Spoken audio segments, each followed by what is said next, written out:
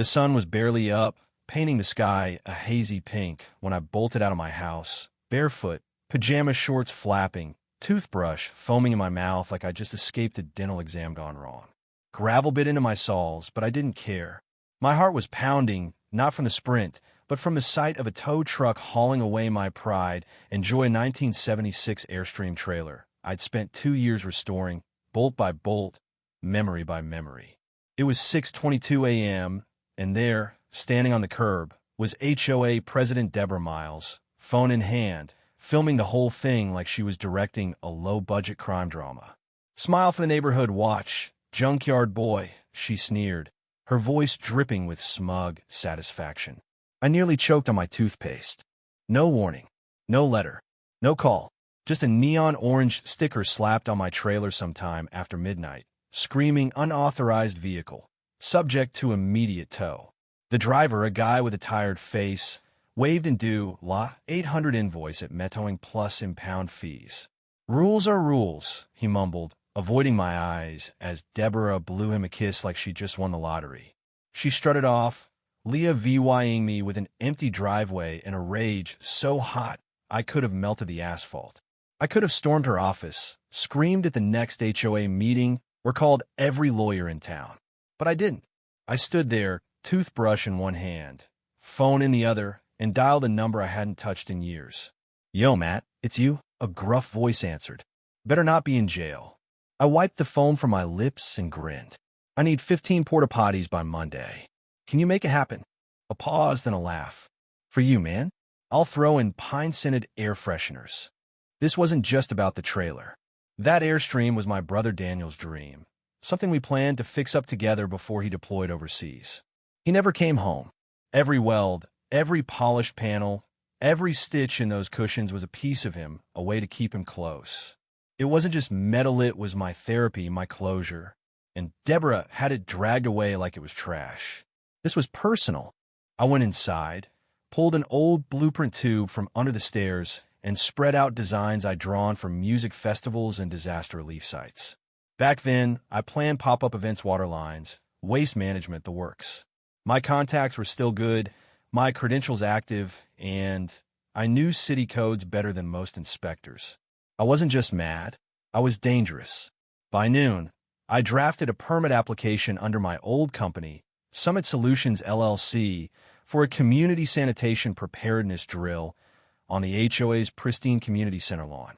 It was so official sounding, I almost believed it myself. I mapped out rows of porta-potties facing Deborah's office, marked buffer zones, and cited non-invasive installation methods. Everything was legal, just inconvenient. By Sunday, the city approved it. No questions asked. Bureaucracy loves its own language. I laminated the permit and labeled the folder Operation Clean Sweep. That evening, I passed the HOA clubhouse. Deborah was inside, sipping wine through a straw, laughing with her cronies about cleaning up eyesores before a big property inspection. They didn't see me, but I smiled wider than I had in months. At home, I scheduled the deliveries. 1 porta-potty Monday, 3 Tuesday, 10 by Wednesday, all branded with signs like "Flush away your worries" and "Neighborhood Comfort Zone." My neighbor Greg stopped by as I painted a sign for the first unit. "You're really putting toilets on their lawn?" he asked, eyeing my blueprint. "Sanitation awareness, Greg," I said calmly.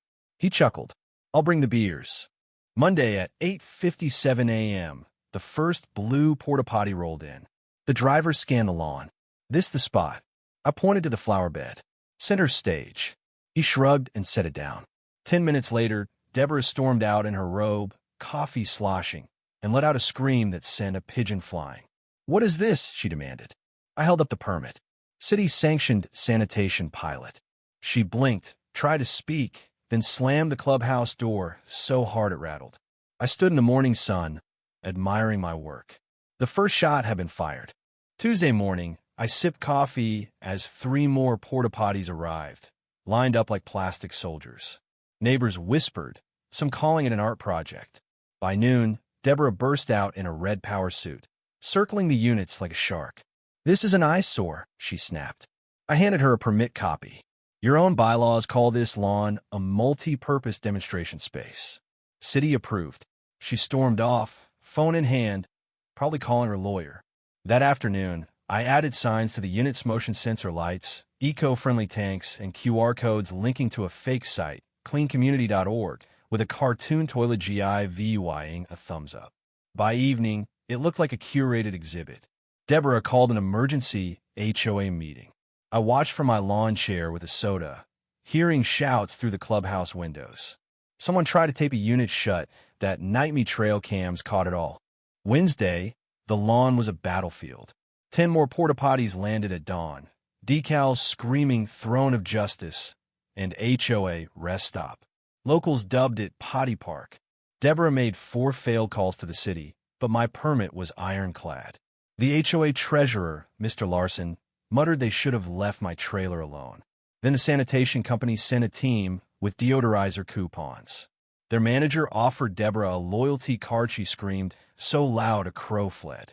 News vans rolled in, and I handed a reporter the permit. CIVYC sanitation demo, I said. Deborah tried to interrupt, ranting about sabotage, but the reporter shrugged. Can't argue with city approval. Social media exploded. The flushed HOA trended, and someone painted a mural of Queen Deborah of Pottyland on a unit. Friday was the crescendo. 3 flatbeds delivered deluxe porta-potties pastel blues, foam marble, Bluetooth speakers playing jazz. The lawn looked like a bizarre festival. Deborah, looking like she hadn't slept, shouted about harassment, but her board members kept their distance. The city inspector arrived mid-meeting, praising my setup's cleanliness. Deborah's jaw clenched. That afternoon, I launched flushrevolt.com, a satirical site for HOA reform with prank tips and a polite rebellion sign-up. It went viral, picked up by blogs and a podcast. Meanwhile, I got my trailer back, parking it under a spotlight with a banner, Veteran Restoration Project, honoring Daniel's military insignia. Deborah unraveled. She taped units like crime scenes, caught on camera unscrewing vents. The city cited her for tampering. Mr. Larson announced a vote to oust her. She marched to my driveway, hissing, "You've ruined this community." I leaned back. Hope not. 6 more units arrive tomorrow. She froze, then fled, muttering about chemical warfare. By night, kids took prom photos with the porta-potties, one crowned royal flush and glitter. Saturday, Deborah resigned, packing her office in silence. The board voted Mr. Larson president, banning unnotified tows.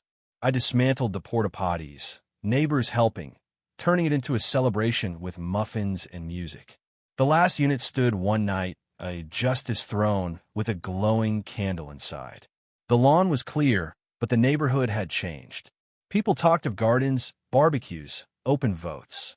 Flush Revolt grew, and a production company pitched a documentary. I got an email from a woman fined for planting roses, asking to flush her HOA. I smiled and typed, "Start with the bylaws."